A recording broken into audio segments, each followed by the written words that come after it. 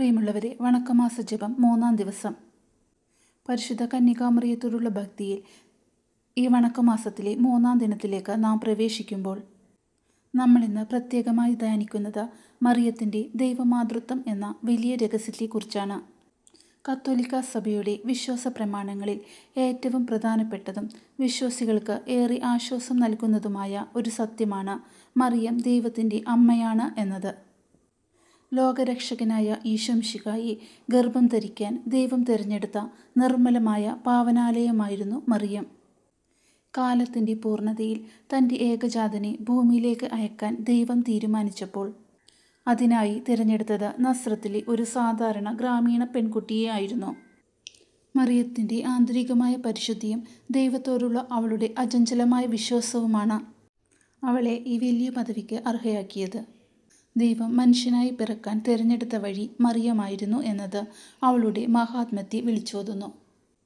Gabriel ദൂതൻ മംഗളവാർത്തയുമായി എത്തിയപ്പോൾ മറിയം പറഞ്ഞ "ഇതാ കർത്താവിൻ്റെ ദാസി, നിന്റെ വാക്ക് എന്നിൽ നിറവേറട്ടെ" എന്ന മറുപടി മാനവ ചരിത്രത്തിലെ തന്നെ ഏറ്റവും പ്രധാനപ്പെട്ട വാക്കുകളാണ്. ആ ഒരു സമ്മതം വഴിയാണ് രക്ഷകൻ ഈ ലോകത്തിലേക്ക് വന്നത്. അനിശ്ചിതത്വങ്ങൾ നിറഞ്ഞ ഭാവിക്ക് മുന്നിലും ദൈവത്തിൻ്റെ പദ്ധതിയെ പൂർണ്ണ ഹൃദയത്തോടെ സ്വീകരിക്കാൻ അവൾ കാണിച്ച ആർജവം നമുക്ക് വലിയൊരു പാഠമാണ്. ദൈവത്തിൻ്റെ അമ്മയാകാൻ പോകുന്നു എന്നറിഞ്ഞിട്ടും മറിയം ഒട്ടും അഹങ്കരിച്ചില്ല. മറിച്ച് തൻ്റെ ഗർഭിണിയായ ബന്ധു എലിസബത്തിനെ സഹായിക്കാൻ അവൾ മലമ്പ്രദേശങ്ങളിലൂടെ യാത്ര ചെയ്തു. അധികാരവും പദവികളും നമ്മെ മറ്റുള്ളവരിൽ നിന്ന് അകറ്റാനല്ല, മറിച്ച് അവരെ സേവിക്കാനാണ് ഉപയോഗിക്കേണ്ടതെന്ന് മറിയം തൻ്റെ ജീവിതത്തിലൂടെ കാണിച്ചു തരുന്നു. മറ്റുള്ളവർക്ക് വേണ്ടി തന്നെ സമർപ്പിക്കുന്നതാണ് യഥാർത്ഥ വിനയം. മറിയത്തിൻ്റെ ദൈവമാതൃത്വം വെറുമൊരു പദവി മാത്രമല്ല, മറിച്ച് തൻ്റെ മകൻ്റെ പ്രവർത്തനങ്ങളിൽ അവൾ വഹിച്ച പങ്കുകൂടിയാണ്. കാനായിലെ കല്യാണ വിരുന്നിൽ വീഞ്ഞു തീർന്നു പോയപ്പോൾ വീട്ടുകാരുടെ വിഷമം മനസ്സിലാക്കി അവൾ ഈശോയോട് മാധ്യസ്ഥം അപേക്ഷിച്ചു. അവൻ പറയുന്നത് പോലെ ചെയ്യുവിൻ എന്ന് ലോകത്തോട് വിളിച്ചു പറഞ്ഞ മറിയം ഇന്നും നമ്മുടെ ആവശ്യങ്ങളിൽ തൻ്റെ മകൻ്റെ പക്കൽ നമുക്കായി ശുപാർശ ചെയ്യുന്നു. കാൽവരിയിലെ കുരിശിൻ ചുവട്ടിൽ മകൻ വേദന അനുഭവിക്കുമ്പോൾ മറിയം അവിടെ ഉണ്ടായിരുന്നു. ആ സമയത്താണ് ഈശോ യോഹന്നാനിലൂടെ മാനവകുലത്തെ മുഴുവൻ മറിയത്തിന് മക്കളായി നൽകിയത്.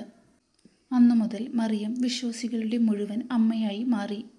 നമ്മുടെ സങ്കടങ്ങളിലും പീഡകളിലും നമ്മെ ആശ്വസിപ്പിക്കാൻ ഈ അമ്മ സദാ കൂടെയുണ്ട് എന്ന ബോധ്യം നമുക്ക് കരുത്തു നൽകുന്നു. മറിയത്തെ വണങ്ങുന്നത് വഴി നമ്മൾ ഈശോയിലേക്കാണ് കൂടുതൽ അടുക്കുന്നത്. അമ്മയിലൂടെ മകനിലേക്ക് എത്തുക എന്നത് ആത്മീയ ജീവിതത്തിലെ ഏറ്റവും എളുപ്പമുള്ള വഴിയാണ്. സൂര്യൻ്റെ പ്രകാശം ചന്ദ്രൻ പ്രതിഫലിപ്പിക്കുന്നത് പോലെ ഈശോയുടെ ദൈവിക പ്രകാശം നമുക്ക് മറിയത്തിലൂടെ ലഭ്യമാകുന്നു. നമ്മുടെ പ്രാർത്ഥനകൾ ദൈവസന്നിധിയിൽ എത്തിക്കുന്ന വിശ്വസ്തയായ മധ്യസ്ഥയാണ് അവൾ. മറിയത്തിൻ്റെ ജീവിതം സുഖസൗകര്യങ്ങൾ നിറഞ്ഞതായിരുന്നില്ല. കാലിത്തൊഴുത്തിലെ ജനനം, ഈജിപ്തിലേക്കുള്ള പലായനം, മകൻ്റെ മരണം എന്നിവയെല്ലാം അവൾക്ക് വലിയ വേദനകളായിരുന്നു. എങ്കിലും അവൾ ദൈവത്തെ പഴി പറഞ്ഞില്ല.